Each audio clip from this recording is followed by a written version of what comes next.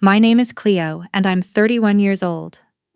At Thanksgiving dinner this past November, my brother pointed at my cane and said, "You've been milking that thing for 2 years, we all know it."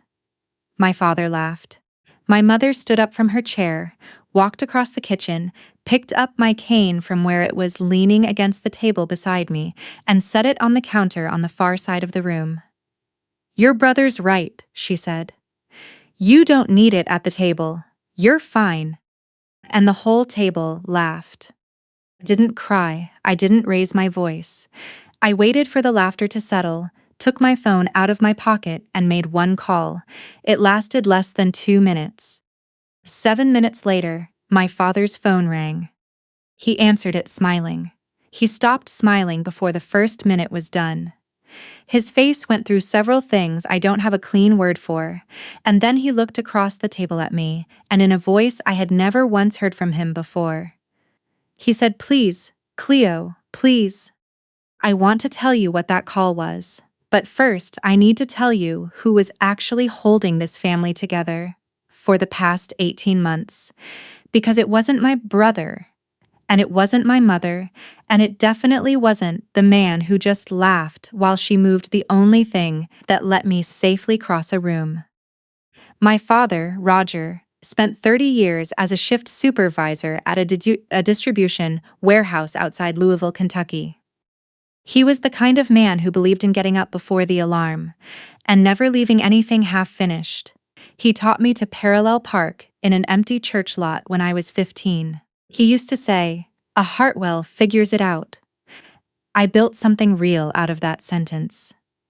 I went to school for healthcare administration, got my degree at 23, and went into insurance case management. The job where you're the person fighting insurance companies to actually cover what they said they'd cover. You learn fast in that role that systems don't take care of people. People take care of people, and somebody always has to manage the system on their behalf. My brother Troy is 3 years older than me and has spent most of his adult life doing the least possible while making it look like the most. He's good at that. He's good at showing up at exactly the right moment, saying the right thing to the right audience, and disappearing before anything gets heavy. When my father's health started declining, Troy was the one who posted a photo of the two of them at a Reds game with the caption, "Spending time with the old man." He got 87 likes. He did not call to check in the following week. My father's heart started giving him real trouble about 2 years ago. Congestive heart failure, type 2 diabetes that had been quietly ignored for too long, and kidneys beginning to show the math of all of it. His cardiologist, Dr. Fenwick, sat my parents down in the spring of that year and used the word management. Not cure, management. That's the word. That means someone's life has become a system of appointments and medications and daily numbers, and everything has to run on schedule or you end up in the emergency room at 2 in the morning. My mother took notes. My father stared at the wall. My brother sent me a text that evening. "Heard about Dad. That's rough. Let me know if you need anything." Nobody said it out loud, but somebody had to actually do this. So I did what I've always done. I figured it out. I won't give you every detail, but I need you to understand what 18 months of figuring it out looks like in practice. Because the people who laughed at me on Thanksgiving thought it was nothing. They thought it was nothing because I had made it look like nothing. I coordinated all of his cardiology appointments, scheduled, confirmed, rescheduled when the clinic moved things around. I drove him to the ones on mornings my mother had her own medical visits, which happened more often than anyone in that family publicly acknowledged. I called the pharmacy in February when his blood thinner needed a prior authorization, and the insurance company kept rejecting it. I sat on hold for 40 minutes on a Tuesday afternoon at my desk. I got the authorization approved. His levels were back in range the following week. Nobody knew that call happened. There was nobody to tell. I hired the home health aide too. Her name is Gail.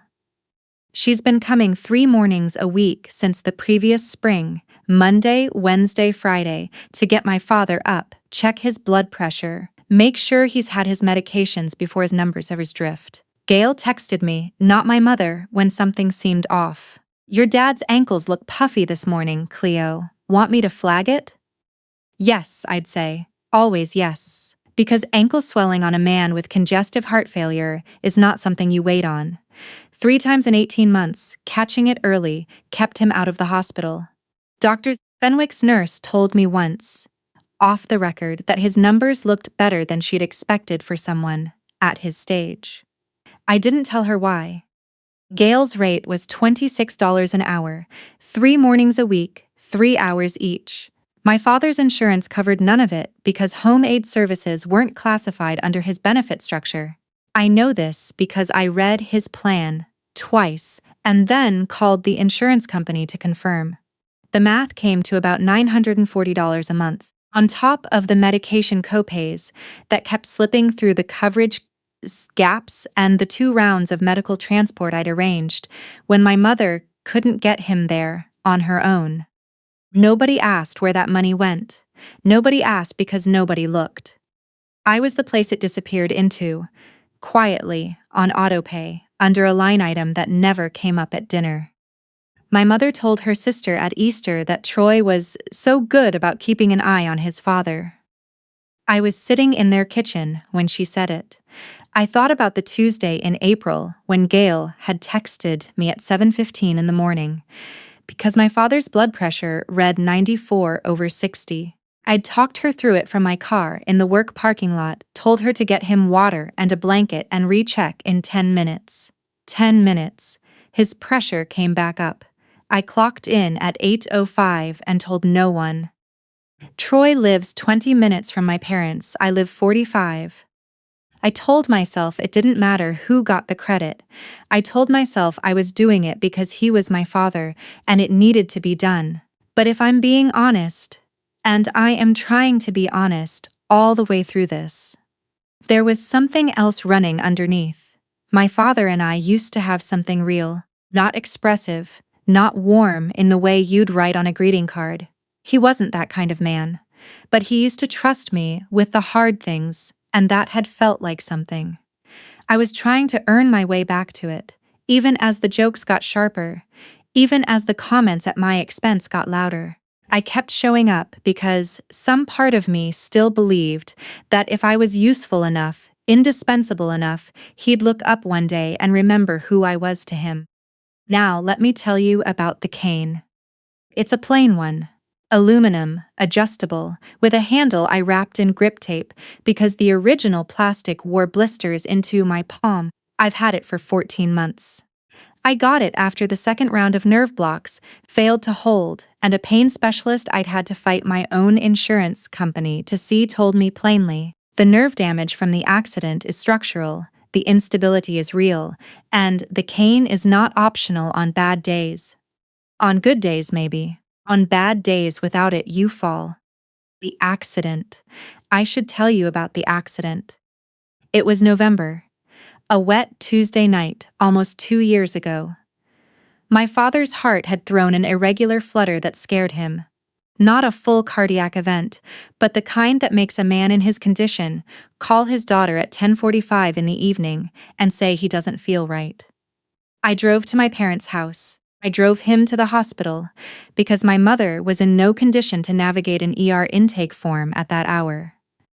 The cardiologist on call adjusted his medication and sent us home at 1:20 in the morning.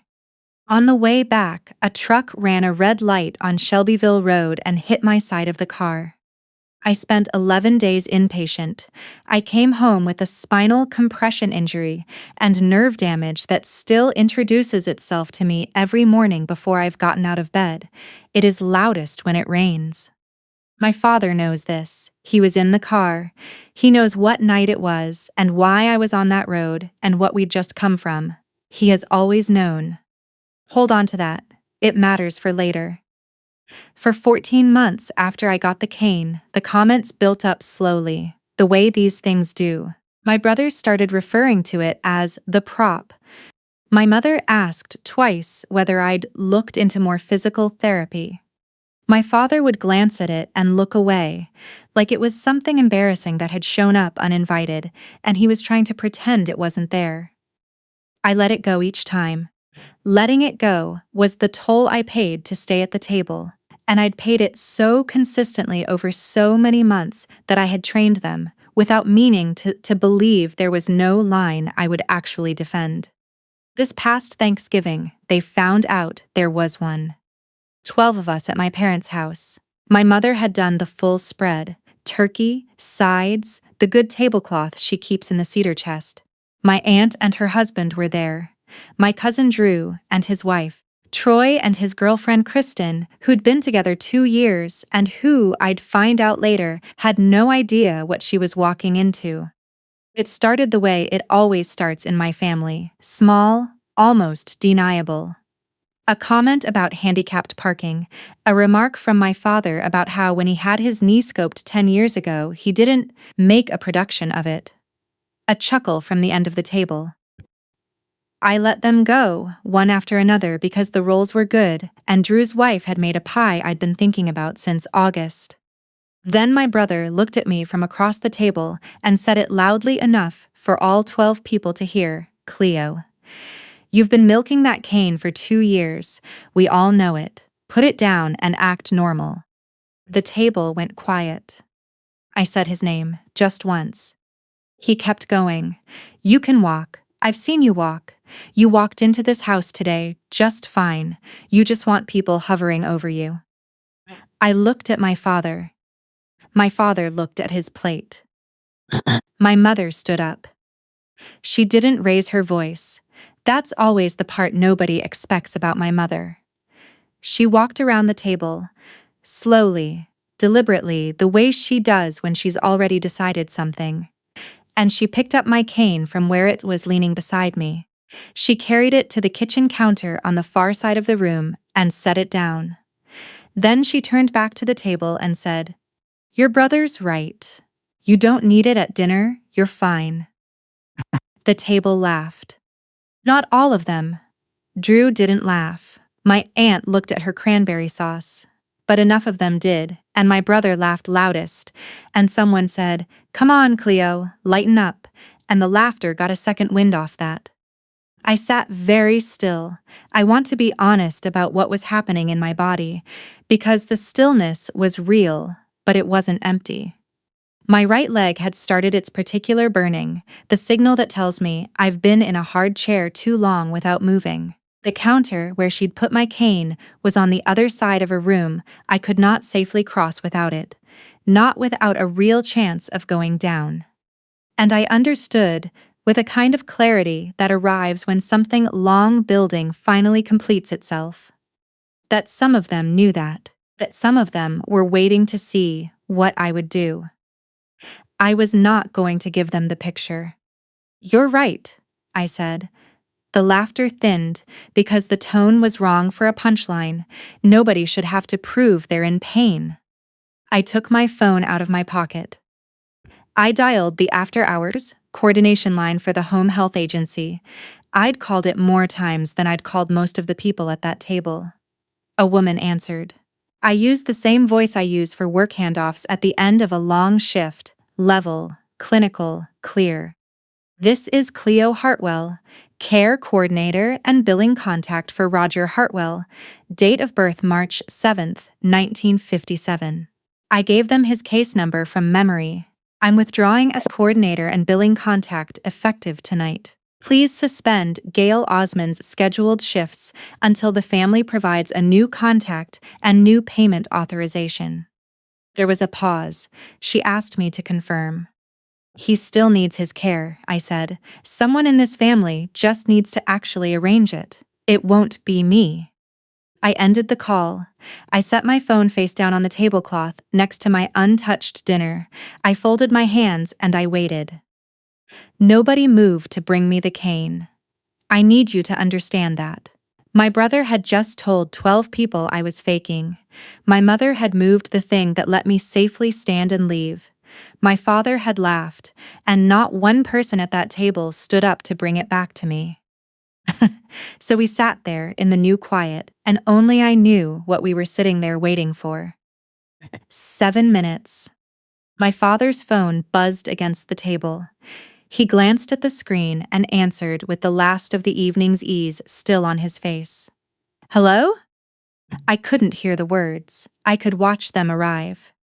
The agency's after-hours line was calling to confirm the account change and notify the patient that his Monday morning shift had been placed on hold, pending new billing authorization, standard protocol. I'd written his intake forms 18 months ago. I knew the protocol because I had set it up. My father's expression changed in layers, the smile first, then the confusion, then something that moved through him quickly and settled somewhere cold. What do you mean, suspended? He listened. No, when was? He listened again. He put his hand over the phone. He looked at me across the table. They said you're the only billing contact, he said. They said your name is on everything. The room that had been full of laughter 3 minutes ago was absolutely silent. The football game murmured from the den. Somewhere behind me, Drew's young daughter was moving around in the living room, quietly playing with something. My mother understood before my father did. She does the social accounting faster than anyone else in the family. And I watched her do it now, calculating what it meant that the agency had my number, my name, my credit card on file, and had no one else's. Adding up what it meant that the daughter they had just publicly humiliated was the only name their sick father's entire care system had ever known. Her hand went to the back of a chair and stayed there. My father brought the phone back to his ear. He tried once more to sound like a man who had things under control. We'll figure out what time is Monday? And then they must have told him because he looked at the clock on the wall, and I watched the arithmetic finish behind his eyes. 7 a.m. Monday, Gail's start time, and it was Thursday night, and there was no one confirmed, no payment authorized, and no one in that house who had arranged a single day of his own care in the past year and a half. His voice dropped to something I had never once heard from him in my life. Please, he said into the phone, but he was looking at me. Please, Cleo, please don't do this. I heard what that word meant. He was not apologizing. He was not looking at my cane sitting on the counter across the room. He was not asking whether I was all right. He was asking the coordinator not to leave the machine unmanned. I understood the difference, and that understanding was one of the quietest, clearest things I had experienced in years. I looked at my cousin Drew, who had not laughed and who was already halfway out of his seat. Would you bring that here, please? I said. Drew walked to the counter and brought my cane back without meeting anyone's eyes. I stood carefully. I paid the small familiar tax of it, and not one person at that table said a word. I went and got my coat. The drive home was 45 minutes. For the first 20, nobody needed me. No alert from the agency, no text from Gail, no question from my mother about something she couldn't find. Just the highway and the rain on the windshield, and me breathing all the way down to the bottom of my lungs for the first time in longer than I could clearly remember. My phone started going before I reached the interstate. My mother had sent a wall of text. The top line read, "I cannot believe you did that to your father on Thanksgiving." There were more below it, each one angrier. None of them said sorry. My brother sent one line, "Way to make everything about you, as usual." And then, much later, late enough that the house had presumably gone quiet, and the reality of Monday morning had begun to settle in, a message came from my father's number. Not an apology, not a question about whether I'd made it home safely. It said, "We need to figure out Monday."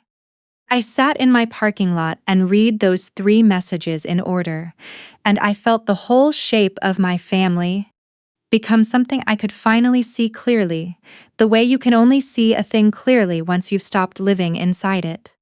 It had never been about me. It had been about what I did for them. Monday did not go well. I know this because Gail called me. She left a voicemail I've saved and will keep. Her voice was careful, the way she always is. Cleo, honey, I got a very confused call from your mother's mixture. She didn't know my start time and she didn't have a payment method on file, and I can't work without authorization. I hope you're okay. Then quieter, you never let that man down. Not once in 18 months, I want you to know I saw that. That was the first crack. My mother spent that Monday on the phone with the agency, discovering one question at a time that she did not know her own husband's care schedule, did not know Gail's hourly rate, did not know which of the 3 phone numbers on his intake forms was the right one to call, because all 3 of them, it turned out, had always routed to me. She didn't know which doctor to contact if his blood pressure dropped in the morning. She'd never needed to know, because I had handled it, quietly, for a year and a half, while she told her sister that Troy was so attentive. My brother texted me on Tuesday. Hey, what's Dad's cardiologist's name, and what does he take in the morning? Just need the basics. The man my family had credited for 2 years with being a devoted, present, hands-on son did not know his father's doctor's name, did not know one medication his father swallowed every morning to stay alive. He needed me to text him the basics of a life he'd been publicly praised for managing. I read that message 4 times standing in my kitchen, and I felt something in me go quiet. Permanent, like a door closing on its own weight. I did not send him the list. The truth moved the way it always does in a large family, sideways, through the people nobody expected. My aunt asked the question in the family group chat after my mother had made the mistake of complaining about Cleo's system. The word system sat there in the chat, and everyone could see that a system had existed, and everyone could see whose name had been attached to it. Then Gail, who was owed 2 weeks of unpaid shifts and owed nothing further to anyone in my family, replied directly to my aunt, because my aunt had reached out to her privately. I've been working with the family for 18 months, Gail wrote. I coordinated every shift with Cleo. I've never once spoken to Troy. I wouldn't recognize him. 18 months, never once spoken to Troy. 2 sentences from a woman with no stake in the story and no reason to say anything other than what was true. That's what evidence looks like. It doesn't come with emotion. It comes with a timestamp and a name. The billing statements arrived at my parents' house the following week. Outstanding balance, auto pay discontinued, new payment required. Nearly 1,000 between the suspended shifts and the unpaid copays I'd been quietly absorbing. My mother called me. She didn't open with an apology. She opened with, "This is a lot of money." "I know," I said. "I've been paying it for 18 months. A long silence. My father's voicemail came 3 days after that.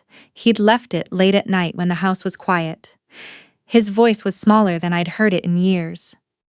"I knew it was you all along," he said. "I'm not going to pretend I didn't know.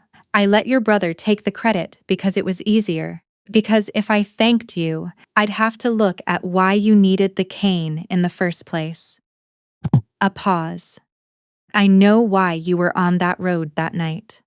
There it was. Said out loud finally, at the end of a voicemail he probably almost deleted 3 times before he sent it. I am in this much pain every morning, because I answered when he called. He knows. He has always known, and once I let myself understand it, the rest of him made a terrible kind of sense. Every time he looked at my cane, he didn't see my condition. He saw his own phone call at 10:45 on a wet November night. He saw the reason I'd been on Shelbyville Road at 1:20 in the morning. If my pain was exaggerated, then he hadn't caused it. If I was milking it, then he was clean. My brother calling me a faker gave him a story he could live inside. And his silence while it happened was not thoughtlessness. It was the silence of a man who needed the story to be true so he could sleep. I had spent 14 months trying to nurse my way back into his good opinion, And I'd never once let myself put those two things next to each other until now. We gathered on a Saturday in January.